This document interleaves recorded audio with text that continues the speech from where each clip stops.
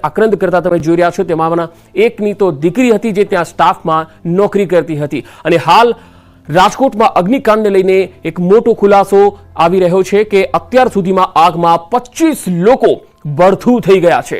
Game ઝોનના 2 સંચાલકોની અટકાયત કરી લેવામાં આવી છે એવી પણ માહિતી આવી છે। યુવરાજસિંહ સોલંકીની અટકાયત કરી લેવામાં આવી છે જે આ ગેમ ઝોનના સંચાલક છે અને બીજા એક સંચાલકની પણ અટકાયત કરવામાં આવી છે। જો કે આ સમગ્ર મામલાની તપાસ હવે ગુજરાત સરકાર દ્વારા જે એસઆઈટીની રચના કરવામાં આવી છે એ એસઆઈટીની ટીમ જે છે એ તપાસ કરશે, કારણ કે આ બાબતે સરકાર તરફથી આદેશ થઈ ગયો છે કે એસઆઈટીની ટીમ જે છે એ રચવામાં આવશે અને ત્યાર પછી એ ટીમ આ ઘટનામાં કોની બેદરકારી છે અને કાયદાકીય રીતે કઈ રીતે અને કેટલી કડકમાં કડક સજા થઈ શકે એ બાબતની તપાસ કરશે। એફએસએલની ટીમ પણ ઘટના સ્થળે આવી પહોંચી છે। એટલું જ નહીં પરંતુ સિવિલ હોસ્પિટલના સ્ટાફની જે રજા છે તે પણ રદ કરીને તમામને આજે સિવિલ હોસ્પિટલમાં બોલાવવામાં આવી રહ્યા છે।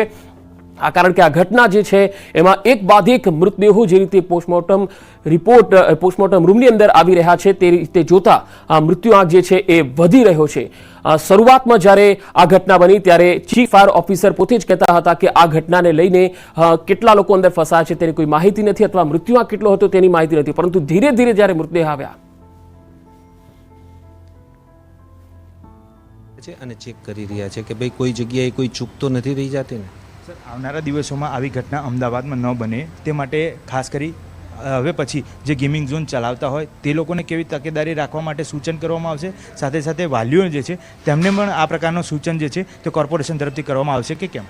આપણે ગેમિંગ ઝોનના જેટલા પણ ગેમિંગ ઝોન છે એમાં બધાને ટ્રેનિંગો આપેલી છે। જે એ લોકોનો સ્ટાફ હોય એ સ્ટાફને આપણે ટ્રેનિંગો આપતા હોઈએ છીએ અને આના જે પણ સિસ્ટમ અહીંયા નાખેલી છે એ સિસ્ટમથી એમને વાકેફ કરેલા છે કે આ સિસ્ટમનો ઉપયોગ કઈ રીતે કરવો અને કાંઈ થાય તો શું કરવું એની એમને જાણકારી આપેલી હોય। ખાસ કરી ખુલ્લી જગ્યામાં આ પ્રકારના ગેમિંગ ઝોન હોય છે જ્યાં આગળ રાઇડનો સવાલ છે, ત્યાં રાઇડ પણ અલગ અલગ સેફ્ટી મેજર્સ રાખીને કરવાની હોય છે।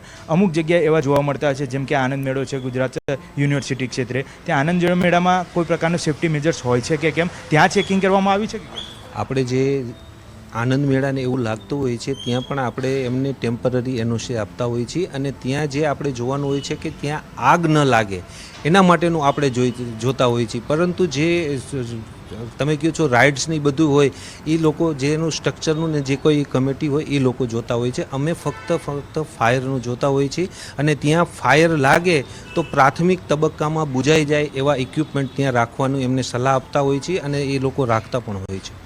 તો આ હતા chief fire officer Jayesh Khadiya, જેમને કહેવું છે આગામી સમયમાં પણ આ જ પ્રકારે તમામ જગ્યાએ ચેકિંગ કરવામાં આવશે અને કોઈ પણ પ્રકારની શરત ચૂક ન રહી જાય અને આવા પ્રકારના બનાવ અમદાવાદ વિસ્તારમાં ના બને તેની પૂરતી તકેદારી રાખવામાં આવશે। કેમેરામેન શ્રેણિક મહેતા સાથે મૌલિક દામેચા, ન્યૂઝ 18 ગુજરાતી, અમદાવાદ। તો અમદાવાદના ફાયર ઓફિસરે પણ જણાવ્યું છે કે હાલ અમદાવાદના બધા જ ગેમ ઝોન બંધ કરી દેવામાં આવ્યા છે અને ફાયર સેફટીને ધ્યાનમાં રાખીને બંધ કરાયા છે। તમામ જે ગેમ ઝોન છે તેમાં એ જોવામાં આવશે, ચકાસણી થશે કે ત્યાં ફાયરની સુવિધા કયા પ્રકારની છે, ફાયર એનઓસી છે કે કેમ, આ તમામ તપાસ કર્યા પછી જ ચાલુ કરાશે। હાલ પૂરતા અમદાવાદના તમામ ગેમ ઝોન બંધ કરવામાં આવ્યા છે। તો રાજકોટમાં જે ઘટના બની તેને લઈને હવે વહીવટી તંત્ર અને અલગ અલગ જિલ્લાની ટીમો સક્રિય બની ગઈ છે અને પોતાના જિલ્લામાં આ પ્રકારના ગેમ ઝોન આવેલા છે તો ત્યાં ચકાસણી થઈ રહી છે કે ત્યાં ફાયર એનઓસી છે કે કેમ અને હાલ ગેમ ઝોન બંધ કરી દેવાની સૂચના આપી દેવામાં આવી છે। અમદાવાદના તમામ ગેમ ઝોન છે એ હાલ બંધ છે અને હવે ક્યારે ચાલુ થશે એ નવી સૂચના ન મળે ત્યાં સુધી કંઈ જ કહી શકાય તેમ નથી। હાલ તપાસ થશે કે આ ગેમ ઝોનમાં એનઓસી છે કે કેમ, ફાયર એનઓસી છે કે કેમ, ફાયરની સુવિધા કયા પ્રકારની છે એ જોયા પછી જ હવે ઓપન કરવાની સૂચના આપવામાં આવશે। કારણ કે રાજકોટની અંદર જે ઘટના બની છે 25 લોકો આ આગની ઘટનામાં જીવતા ભૂંજાઈ ગયા, બળથું થઈ ગયા છે અને આ અગ્નિકાંડને લઈને હવે અલગ અલગ જિલ્લામાં પણ સૂચનાઓ મળી રહી છે કે ગેમ ઝોન બંધ કરી દેવામાં આવે।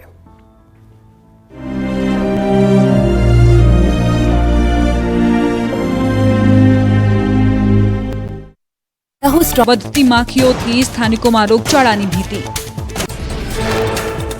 રાણપુર ખાતે જીવના જોખમે મુસાફરી કરાવાતી હોવાના દ્રશ્યો, પોલીસ કોઈ કાર્યવાહીના બદલે હપ્તો લઈ વાહનો જવા દેતી હોવાના ડ્રાઈવરના ગંભીર આરોપ।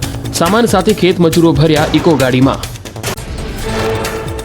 મધ્યપ્રદેશથી ગુજરાત આવતી ઇકો ગાડીમાં 15થી વધારે લોકો અને 2 ટુ વ્હીલર સાથે મુસાફરી। મધ્યપ્રદેશથી ગુજરાત સુધીમાં 7 થી 8 જગ્યાએ પોલીસે રોકાવી હતી ગાડી। 400 થી 500 રૂપિયા લઈ પોલીસે જવા દીધા હોવાનો આરોપ। સ્માર્ટ મીટરના વિરોધ અને વિવિધ મુશ્કેલીને લઈને જિલ્લા કોંગ્રેસ સમિતિના નેજા હેઠળ બેઠક યોજાઈ. બેઠકમાં ગ્રાહકોને પડતી મુશ્કેલી અંગે ચર્ચા કરાઈ. સુરતના પૂણા સહિત અનેક વિસ્તારોમાં થઈ રહ્યો છે વિરોધ. અમદાવાદના નરોડામાં સ્માર્ટ મીટરનો વિરોધ યથાવત. 7 સોસાયટીના સ્થાનિકોએ કર્યું વિરોધ પ્રદર્શન. સ્માર્ટ મીટરમાં વધુ બિલ આવતું હોવાનો સ્થાનિકોએ કર્યો આક્ષેપ.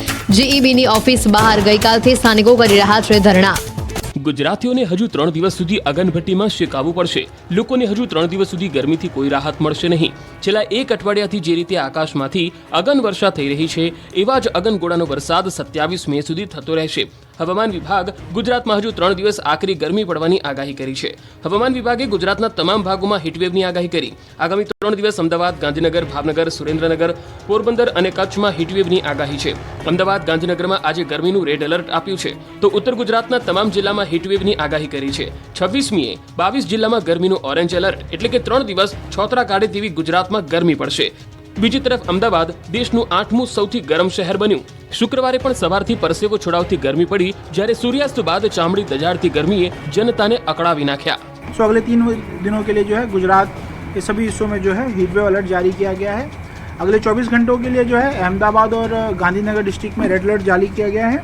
સમગ્ર ગુજરાતમાં ગરમીએ હાહાકાર મચાવ્યો છે. આગ ઝરતી ગરમીથી લોકો તો ત્રાહિમામ પોકારી ઉઠ્યા છે, સાથે સાથે પશુઓ પર પણ ગરમીની ભારે અસર પડી છે. ત્યારે સાબરકાંઠાના અરવલ્લી જિલ્લાના પશુપાલકોની જીવાદોરી સમાન સાબર ડેરીમાં પણ દૂધ ઉત્પાદન ઘટ્યું છે. ભારે ગરમીના કારણે પશુ દીઠ 1 થી 1.5 લીટર દૂધનો ઘટાડો નોંધાયો છે. પશુપાલકોનું કહેવું છે કે આકરી ગરમીના કારણે પશુઓ ફેટવાળું દૂધ નથી આપી શકતા, જેના કારણે પશુપાલકોની આવક પર માઠી અસર પડી છે. તો સમગ્ર ઉત્તર ગુજરાતમાં પણ દૂધની આવકમાં ઘટાડો થયો. ઊંઝા તાલુકાના વણાગલા ગામના પશુપાલકોએ જણાવ્યું હતું કે ગત વર્ષ કરતાં આ વર્ષે ગરમીનું પ્રમાણ વધુ હોવાથી દૂધના ઉત્પાદનમાં 30 થી 50% સુધી ઘટાડો નોંધાયો છે. વણાગલા દૂધ ઉત્પાદન મંડળીની આવક શિયાળામાં 4,800 થી 5,000 લીટર દૂધની હતી, તેની સરખામણી ઉનાળામાં 3,300 લીટર દૂધની આવક થઈ ગઈ છે. સુરત અને તાપી જિલ્લામાં પણ દૂધ ઉત્પાદનમાં ઘટાડો જોવા મળ્યો છે. દક્ષિણ ગુજરાતની જીવાદોરી સમાન સુમુલ ડેરીમાં 50,000 લીટર જેટલી દૂધની આવક ઘટી છે. તો પંચમહાલ જિલ્લાના પશુપાલકો પર ઘેરાયું છે સફેદ સંકટ. દૂધના ઉત્પાદનમાં 20 થી 30% ઘટાડો જોવા મળી રહ્યો છે. ઘોગંબાના ચાઠા ગામમાં આવેલી દૂધ મંડળીમાં શિયાળામાં 1200 લીટર દૂધની આવક હતી, જે છેલ્લા 2 માસથી ઘટીને હાલ 800 લીટર થઈ ગઈ છે. એવી જ રીતે કાંઠું દૂધ મંડળીમાં અગાઉ દૈનિક 200 લીટર દૂધની આવક હતી, જે ઘટીને હાલ 120 લીટર થઈ ગઈ છે. તો ખંભાળિયામાં વધુ પડતી ગરમીના કારણે દૂધ ઉત્પાદન 25% જેટલું ઘટ્યું છે. જિલ્લામાં પશુપાલકોએ જણાવ્યું તે પ્રમાણે હીટવેવના કારણે દૂધાળા પશુઓ પહેલા 7 લીટર દૂધ આપતા હતા, તેના બદલે હવે માત્ર 5 લીટર દૂધ આપે છે. આ 3 તસવીર જ ગુજરાતમાં ગરમી કેટલી છે તેની સાક્ષી પૂરી રહી છે. અંગ દજાડતી ગરમીમાં લોકોને રાહત મળે તે માટે આ રીતે શહેર સિગ્નલ પર ગ્રીન મંડપ મુકાયા.